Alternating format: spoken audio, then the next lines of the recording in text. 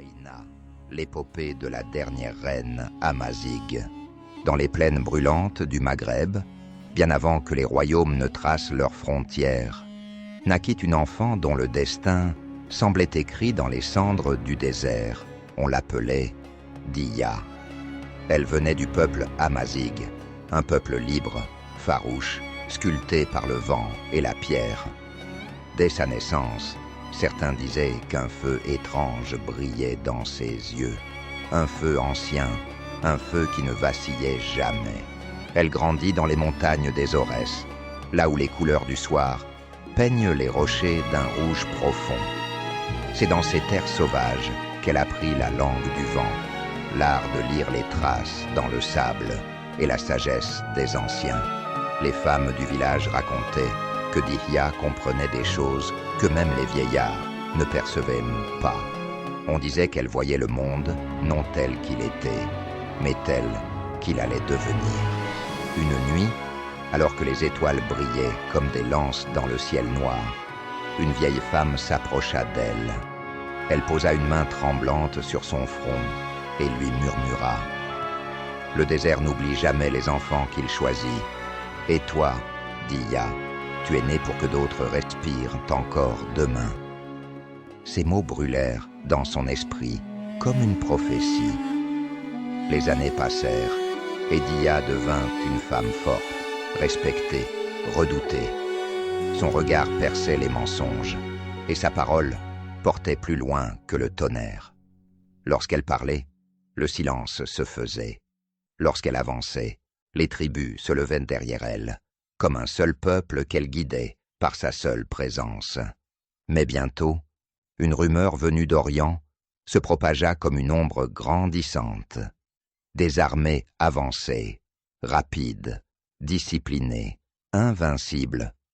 Le monde changeait. Les tribus Amazigh se réunirent alors autour de Diya. Certains étaient terrifiés, d'autres prêts à fuir.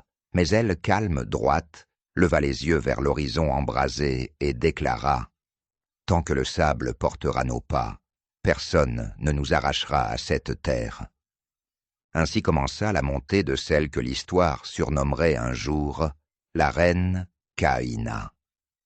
Son nom allait bientôt résonner bien au-delà des montagnes, porté par le vent comme un avertissement. Car un feu venait de s'allumer, un feu que rien ne semblait pouvoir éteindre. Les tribus Amazigh, longtemps divisées par des querelles anciennes, se rassemblèrent autour d'elle. Sous son commandement, les frontières s'effacèrent et les clans devinrent une seule armée. Jamais on n'avait vu pareille union. Elle parlait avec la force d'un chef et la douceur d'une mère. Son peuple la suivait avec fierté, persuadé que tant qu'elle les guiderait, le soleil ne se coucherait jamais sur leur liberté. La première bataille éclata au pied des collines, un matin où le vent portait encore la fraîcheur de la nuit. Les ennemis étaient nombreux, leurs bannières claquant comme des ailes de vautour, mais la reine Kaïna se dressa devant son peuple, sa lance levée vers le ciel, et un cri jaillit de sa gorge, un cri qui fit trembler la terre. Le combat fut féroce, le sable s'imprégna de sang et de poussière. Mais à la fin du jour, ce furent les Amazigh qui restèrent debout. Elle avait vaincu, et son nom se répandit comme une tempête de sable, de village en oasis, de montagne en mer.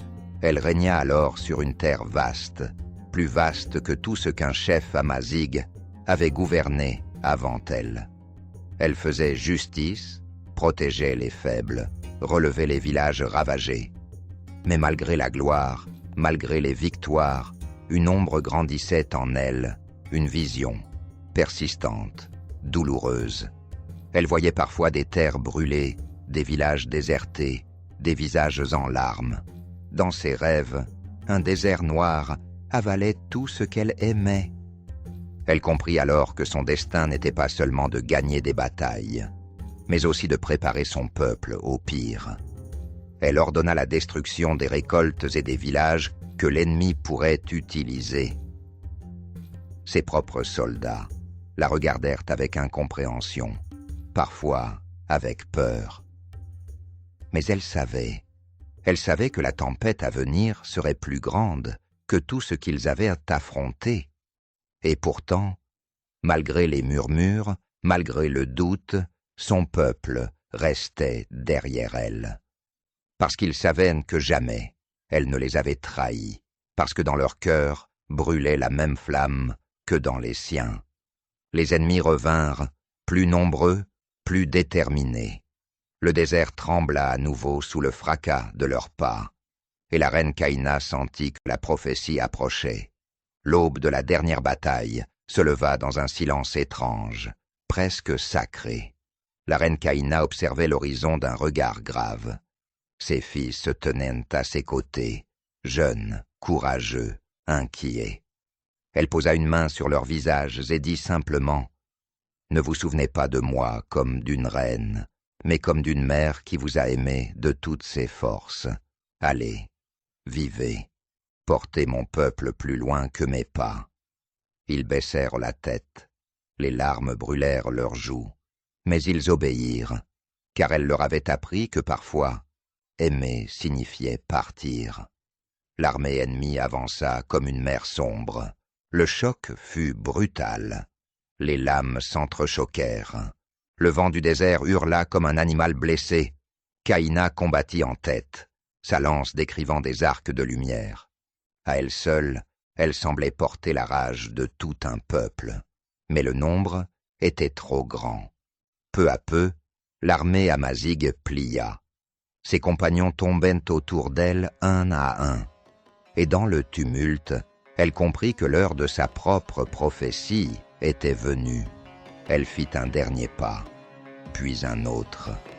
Chaque geste était une prière, chaque souffle un adieu. Enfin, elle s'effondra, son voile se détachant et s'envolant dans le vent comme une flamme mourante. Le désert retint son souffle. Puis le silence tomba. Mais une légende ne meurt pas. Les ennemis eux-mêmes, en découvrant son courage, racontèrent son nom. Ses fils survécurent et transmirent son histoire. Le peuple amazighe garda sa mémoire comme on garde une braise sous la cendre. Et aujourd'hui encore, dans les montagnes des Aurès, certains disent que le vent porte son murmure. Au fil des siècles, bien après que la poussière des anciennes batailles se soit posée, les peuples du Maghreb ont appris à marcher ensemble. Berbères et Arabes ont partagé leurs routes, leurs savoirs, leurs coutumes et leurs rêves. De cette rencontre est née une culture riche, tissée de langues, de chants et de couleurs. Aujourd'hui, ils vivent côte à côte, non plus comme adversaires, mais comme frères, unis par l'histoire et par le même soleil qui éclaire leur terre. Ainsi va le Maghreb, fort de sa diversité, fier de son héritage, et tourné vers l'avenir dans l'harmonie et le respect. Merci d'avoir suivi cette épopée. Si l'histoire de la reine Caïna vous a touché, n'hésitez pas à soutenir la chaîne, à vous abonner et à partager cette légende avec ceux qui aiment la mémoire des peuples et la force des histoires qui traversent le temps.